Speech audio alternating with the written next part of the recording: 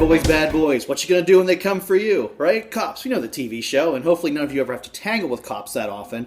But one thing you do when you tangle with cops, you end up on the police blotter. We have some funny stories in the paper every day in the police blotter. In fact, I did a recent web show about the New York City police blotter. Well, while I was doing that, I found tons more from papers all around the U.S., so I thought, let's do another session. So let's laugh at some more real stories from the police blotter. 1014 on BV 421.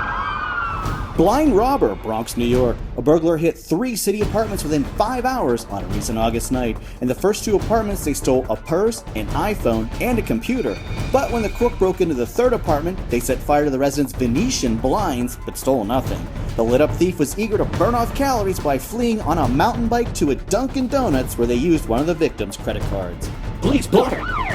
Charge it. A Fort Walton Beach, Florida man generously lent his credit card to a homeless man to buy a newspaper and some beer. But he had to call the cops a few hours later after the homeless man also used the card to book himself a room at a 3-star motel. Police blotter! Wildlife crash. A Hinckley, Ohio driver was involved in a rear-end accident when they stopped for a flock of turkeys blocking a suburban road. Both motorists were injured in the crash while the turkeys safely crossed the road to the other side. No word if any chickens were in on the joke as well. Gobble gobble. Police blotter!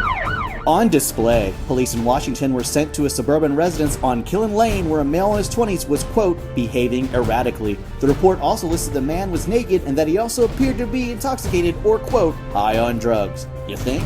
Police blotter!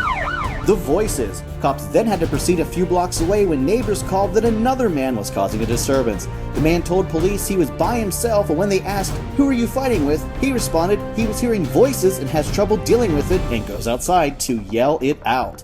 I'm sure the neighbors really appreciate that, right? Well, he promised officers that he would stop yelling outside. Police blotter! Name that smell. A few hours later, cops were called to a report of people sitting in a car illegally smoking pot. But when cops arrived, they found that the occupants were only eating burritos from Chipotle and could not smell any marijuana. Police blotter! Gotta catch 'em all. It was a busy night for Washington police when they received a call of people racing through a city park. Cops checked the area only to find a car full of people chasing Pokemon. Police blotter! Red Scare. In Issaquah, Washington, a suspicious man reported sneaking around a traffic light control box downtown. When cops asked what he was doing, he told officers that he was simply trying to cover up a sign because it was about communism. Police blotter! Boat motor stolen. A Federal Way, Washington man called police to report the motor from his boat was stolen right from his driveway overnight. The value of the motor was $1,500. When cops asked if he had any suspects, he said, quote, probably some tweaker. Police blotter!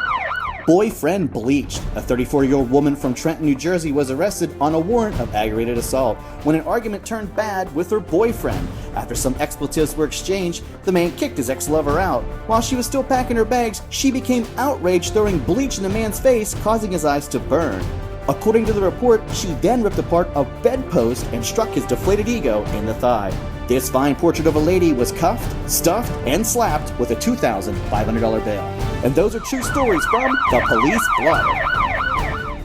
Well, let's just hope that your name doesn't end up on the police blotter, right? Mine never has. Might have come close in a couple times, though. I'm kidding, but like they say on Hill Street Blues, you be careful out there. Jersey Joe here, thanks for watching. I'll see you next time, I hope.